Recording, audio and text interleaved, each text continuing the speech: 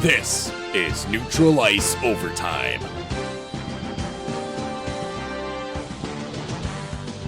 Hello, everyone, and welcome to our very first installment of Neutral Ice Overtime. I am Brayton Wilson, along with Joe DiBiase. Joe is a regular guest on Neutral Ice every Monday night at 8 p.m. on 91.3 FM WBNY. And me, I am the show's producer. Joe, how are you today? I'm doing better. I've had time to process this whole draft lottery bonanza. Very good. Excellent. Yeah. We'll get started right there. Let's start with the draft lottery. The NHL Draft Lottery. Discussing this past Saturday's draft lottery, the Edmonton Oilers won the Connor McDavid sweepstakes, and they moved up from the third position to number 1, bumping the Sabres down to number 2, and the Arizona Coyotes moved back to third. What are your thoughts about the lottery overall? I love that they kept the setup for this year, that especially from a Buffalo standpoint, that they would only be bumped down to 2. From an unbiased perspective, I think the way they did the lottery was it was a pretty good way to do it this year. As long as you give the weighted average from each team, you give the teams that finish towards the bottom the best chance, then I was okay with it. It's kind of bad from the NHL perspective that Edmonton was able to acquire the first overall pick 4 times in 6 years. I think maybe they should have put a rule in place that, like, if you draft first 1 year, then you can't for, like, the next 3 years or something. Yeah, I agree. Something along those lines. I agree with that. I definitely agree to the point that if you win the draft lottery, at least the next year, you cannot win the draft lottery automatically. So even if you don't make the playoffs, you'll be in that pool. And then if you win, they just do the lottery again just because, I think it's completely unfair because the Edmonton Oilers won the draft lottery 3 straight years. They've won the draft lottery the past 4 of the past 6, which is unheard of completely. I think the only sports team that's ever done it was a basketball team back in the 50s and the 60s. I mean, it's unbelievable that you get the first pick in the draft 4 of 6 years. And they might be one of the least deserving franchises to get that because they haven't been able to capitalize on winning those 3 a few years ago. Now they're getting rewarded by having maybe the best prospect to come out in the last decade. Many are saying that. I mean, how could they mess it up now? I mean, if they mess it up this time, it's just a very poorly run franchise, and it's kind of sad to see a team like that getting rewarded. The Edmonton Oilers, the last time that they made the playoffs was back in 2006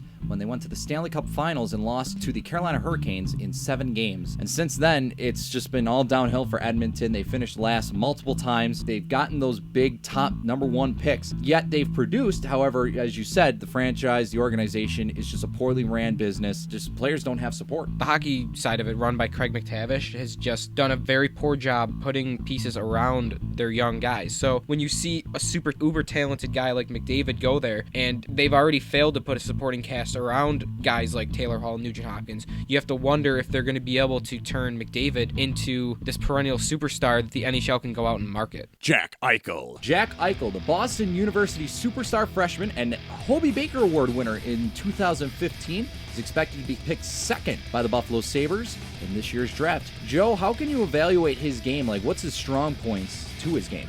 The one thing I think he has over McDavid is he's more physical. His body's a little more mature. I think McDavid is ready because of his skating and his hands, but I think Eichel physically is ready for the NHL at the age of 18. So it'll be very interesting to see how his body develops once he gets into his prime years. He has an elite shot, which, not to say McDavid doesn't have a great shot, but Eichel does have that over him. Eichel still has phenomenal skating. He's got great hands. So he's really got a nice all-around game. He was usually penalty killing for Boston University, so he's got a very complete game that's really, I think, highlighted by his elite shot. Absolutely, yeah. And the thing that makes Eichel a bit different from McDavid is that Eichel is a power skater. He uses his body very well. He protects the puck extremely well.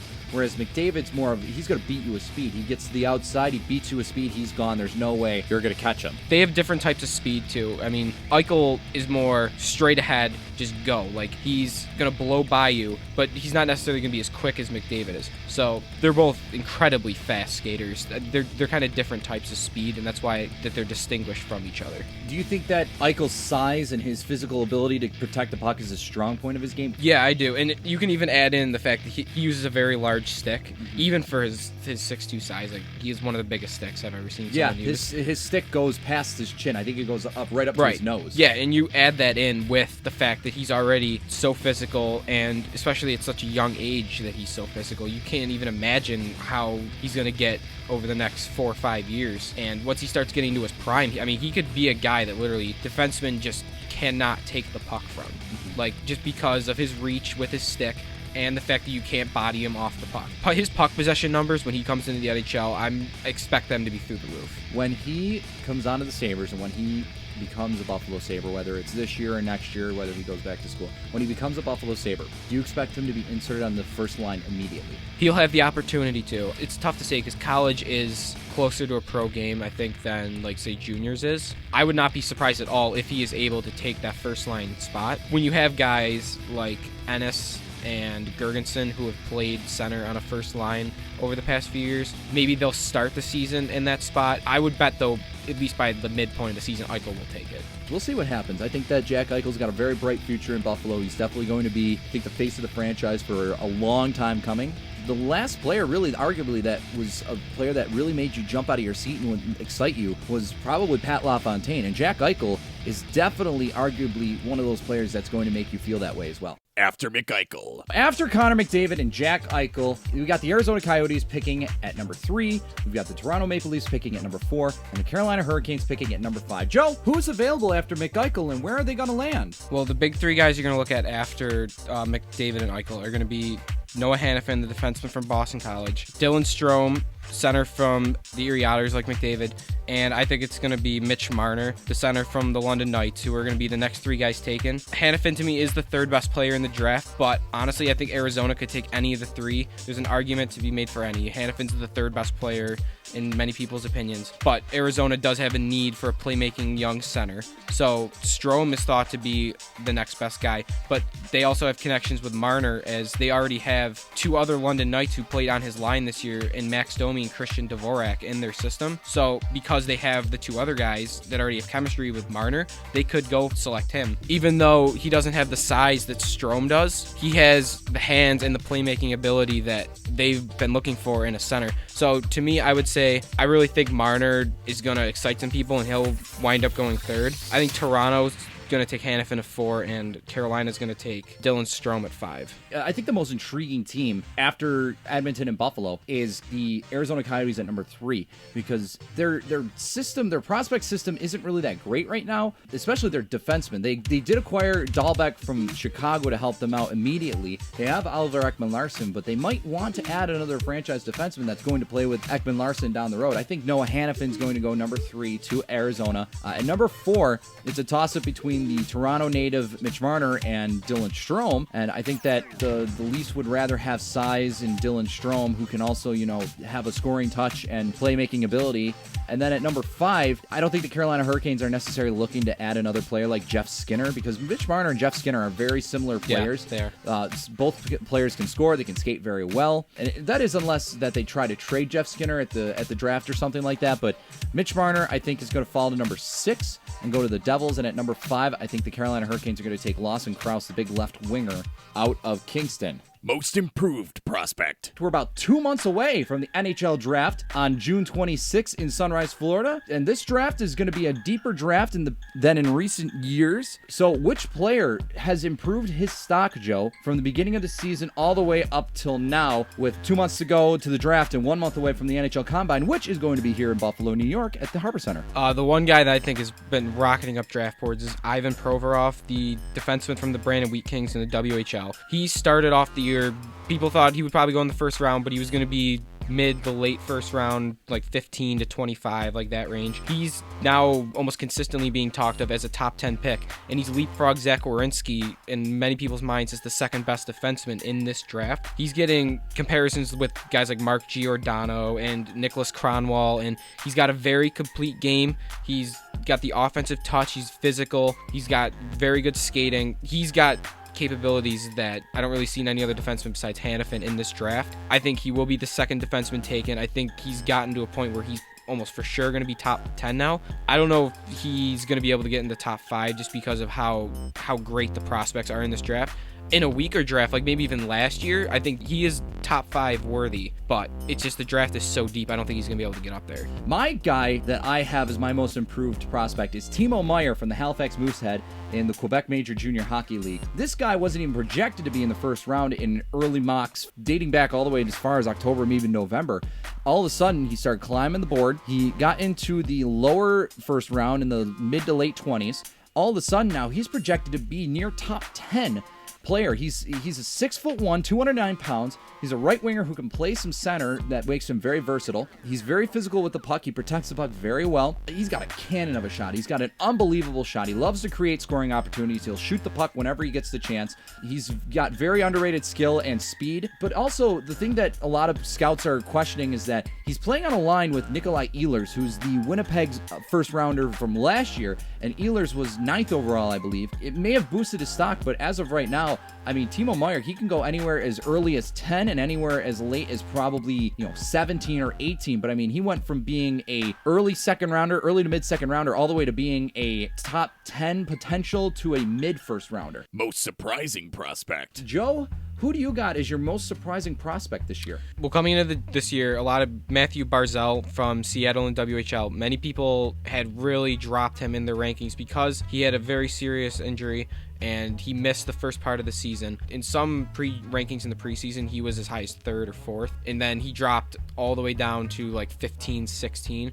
He surprised a lot of people, and he's climbed back into that top 10. I mean, he gets comparisons with his hockey IQ to Sam Reinhart, but he also has the skating ability of, not quite to the extent of McDavid and Eichel, but he has great skating. That's something like Sam Reinhart doesn't have, and he's put the whole package together. He's having a phenomenal year in Seattle. But he's 6'1", he's physical too. He just, to me, has a very complete game, and he's been so consistent this year. That was something he hadn't done last year, where he had shown signs of just being this amazing prospect, but he hadn't really put it together. This year, he's been very consistent, and I mean, arguably, he could sneak into that top 5, but he's probably going to go top 10, and I think that's very deserving, and whoever drafts him is going to get a great player. For me, it's Oliver Kylington from Farjestad of the Swedish Hockey League. And unfortunately for him, it's not a good reason why he's the most surprising to me. Oliver Kylington at a point was projected to be the next best defenseman behind Noah Hanifin. A lot of people actually had him going number 3 in about the November-December range, and since then, he's been plagued by injury. He's been very inconsistent in his game. He missed the 2015 World Junior Championships because of injury. He has good skating ability. He's got a good vision for the game, and he can play the puck very well. It's just inconsistencies are going to kill you if you can't consistently perform and do your part for your team. I mean, I think he's been on 3 different teams this season, because he started out in the Swedish Hockey League, went to another league, the Junior Swedish Hockey League, then he went to the Allsvenskan League. He's just got to improve his game. He's 6 foot 180. I think he needs to improve his size. He's got a pretty good shot as well. It's just work on your consistency. Wherever he's going to land, they're going to get a very, very talented defenseman, and his potential, again, is very, very high. It's just he's got to work on his consistency issues. Draft expectations. Let's focus on what we could see and expect in this year's draft. So let's start with the league as a whole. Do you see any major trades happening, like last year, for instance, with the James Neal trade getting traded to Nashville in return for Patrick Hornquist and Nick Spalling? What do you expect? Anything like that? I would fully expect that Toronto, I don't know if they're going to trade both Phaneuf and Kessel. I would expect that they're going to trade one of them. I think it's also possible that a guy like Ryan O'Reilly could be moved on that day. When you have a team like Buffalo, I think it's going to be very interesting to see if they can put a trade together for a guy like O'Reilly, when they have that second first-round pick that Tim Murray has come out and said it would be worst case scenario, we just draft with the pick. So I think he is planning on trying to trade that pick. The Sabres they kind of have a hole there on second line right wing. O'Reilly would fit right into that, and he would really help boost their way to having a quick rebuild and going right for the playoffs. There's also guys like Grigorenko, who's going to be RFA. You've got RFAs in LA like Martin Jones and Tyler Toffoli. It's going to be interesting to see if LA is going to be able to keep all these guys under the cap. I think there's going to be a lot of movement on the trade deadline, especially with some big names. Yeah, I agree. I completely agree. Another team that you failed to mention was the San Jose Sharks. They just parted ways with Todd McClellan, their head coach. Their general manager, Doug Wilson, has been in dispute with Joe Thornton for the past at least 2 years. So you can see a guy like Joe Thornton or even a Patrick Marleau move, because I think there's 3 players that the Sharks want to build around, and that is Joe Pavelski, Logan Couture, and Mark-Edouard Vlasic, the defenseman. I think you build around those 3 players. They're probably going to let Antti Niemi go. Alex Stalock doesn't seem like he's going to be a sure fit as the number 1 goaltender in the Sharks' future, So what better way to start by trading, a guy like a Joe Thornton, getting a bigger package? Because, Joe Thornton is 35 years old. His points per season totals have steadily been declining. He has become a little injury prone, not much though, but still, he's a very good competitor. His game is still right up there with some of the best in the league. He'll be a valuable asset to a team that maybe wants to contend right now, and maybe, for the next 3 years, where Joe Thornton still will be 35, 36, and then he'll transition into his older ages. But with Toronto, that's another team. Colorado could be another team that makes some moves. What about the Sabres? Do you see Buffalo making any major moves to try to... I know you mentioned, the Sabres could try and move somebody to try and improve their roster and, trade that other pick. Do you see them maybe trading their second pick away? I really think they're going to trade it. I don't know if they're going to be able to get O'Reilly. I don't believe they're going to be able to get in on Kessel, because Kessel's price is going to be probably very high, and I don't think they're going to want to meet that for Toronto. I think unless they get O'Reilly, which I think is very possible, I think they'll probably try to find that right winger through free agency with a guy like maybe Michael Frolik or Justin Williams. There's a lot of good guys out there, but I don't think there's a great fill-in for that spot. They could even go in and just have Gianta or Hodson try to fill that role at right wing. I think they're going to try to make some splashes in free agency. It's going to be very interesting to me to see what they do with goaltending. One of the Leafs guys could be available. Martin Jones is going to be a restricted free agent, as mentioned before, so he's always a possibility they could bring in for goal. Or there's a guy like Devin Dubnyk, where if he makes it to free agency, how much could the Sabres spend on a goaltender and really get away with it? Because they could really use a guy like Dubnyk if he can keep that level of play up. If he can do what he's done for Minnesota this year, and the Sabres bring out the roster that they have on paper, that could very easily be a playoff team. But I would expect them to make a move. Yeah, and there's even Matt O'Connor still available. Yeah. He's still a free agent, the goaltender from Boston University with Jack Eichel. Now that Jack Eichel's here, maybe that makes Matt O'Connor more attracted to Buffalo. But I agree. I think that Tim Murray's definitely trying to trade the pick. Don't know if he's going to use it to trade for another player, or if he's going to try and trade it to move up in the draft. Because, we don't even know where the Sabres are picking right now. It all depends on where the New York Islanders end up in the playoffs. Right now, they have a 2-1 series lead over the Washington Capitals. If they end up anywhere probably from 20 back, they're probably going to try and trade it for another player. They could even try and trade it to move up into the mid-range of the first round. But we'll see what happens. Now, if they do hold on to that second first-round pick, who could you see the Sabres taking with the pick? I would really love if they could get an opportunity to draft Travis Konechny. He had a phenomenal CHL prospect game. He's had a very good year in juniors. I don't know if he'll make it that far. It's going to depend on where the Islanders and Blues finish in the first round here. So I think that's the possibility. Another guy they could get is a guy like Jake DeBrusk, who plays in the WHL this year for Swift Current. Yeah, Swift Current. It was escaping me. He's a very good skater. He's got offensive ability. He's not really the same player, but he kind of reminds me of Tyler Ennis. Just he's very creative on the offensive end, but he's got an all-around game too. I think he could fit in for a role there. Or there's a guy like Daniel Sprong, who is actually a Dutch player. He's coming out of the QMJHL. He played for Charlottetown. He's a right winger, which when you trade Joel Armia, they have a little bit of a hole in the prospect core at wing, and they did so by trading Lemieux too. So I think he could fill in a guy. He's just a pure offensive player that could come in and have the potential to be a top 2 liner in the future. In my current mock draft, I have Buffalo picking 20th, and with the 20th pick, I'd really love to see them pick Paul Bittner, the left winger from Portland, 6'4". He's just very, very big. That's his biggest attribute, is he's big. He can still work on his game. I think he's going to stay in the Western Hockey League for at least another 2 years, really work on his game. He's got a great shot. He's very physical with the puck, very similar to like Jack Eichel, but he doesn't have the talent and the skill set that Jack Eichel has. And I think that with a little more time in the Western Hockey League, Paul Bittner would definitely be a viable asset for the Buffalo Sabres in the future. Yes, he's a left winger. We've got a stockpile of left wingers right now, but then again, there's time. Buffalo may make some moves with some left wingers. Matt Molson's contract is eventually going to run out. Marcus Foligno may get traded if there's a big enough deal, or he may run out in contract and they might not want to re-sign him. So there might be some space. And I think that Paul Bittner, if he falls into Buffalo's lap and where I think they're going to end up as 20th, I think that would be a very, very viable pick. In conclusion, this draft is going to be very exciting because, again, it's the deepest draft that there's been in a very long time, probably since 2003. Yeah, 2003. This is probably going to be the most exciting draft since 2003, where 2003 was arguably the best draft that has ever come out in the NHL, where I think it's a total of 24 players of the 30 that were drafted had NHL careers to a certain extent, whether it was 1 year or they're still playing in the NHL right now. So this draft is going to be very fun. I think we're in for a treat. It's in Sunrise, Florida, home of the Florida Panthers at the BB&T Center. June 26th to the 27th. The first round is going to be on the 26th, which is a Friday, and the second round is going to be on Saturday. Second round through the end of the draft in the 7th round. That'll wrap it up for our first edition of Neutral Ice Overtime. Joe, thank you for taking the time. Yeah, thanks for having me. Looking forward to doing this again sometime. For Joe DiBiase, I'm Brayton Wilson. Thanks for listening to Neutral Ice Overtime.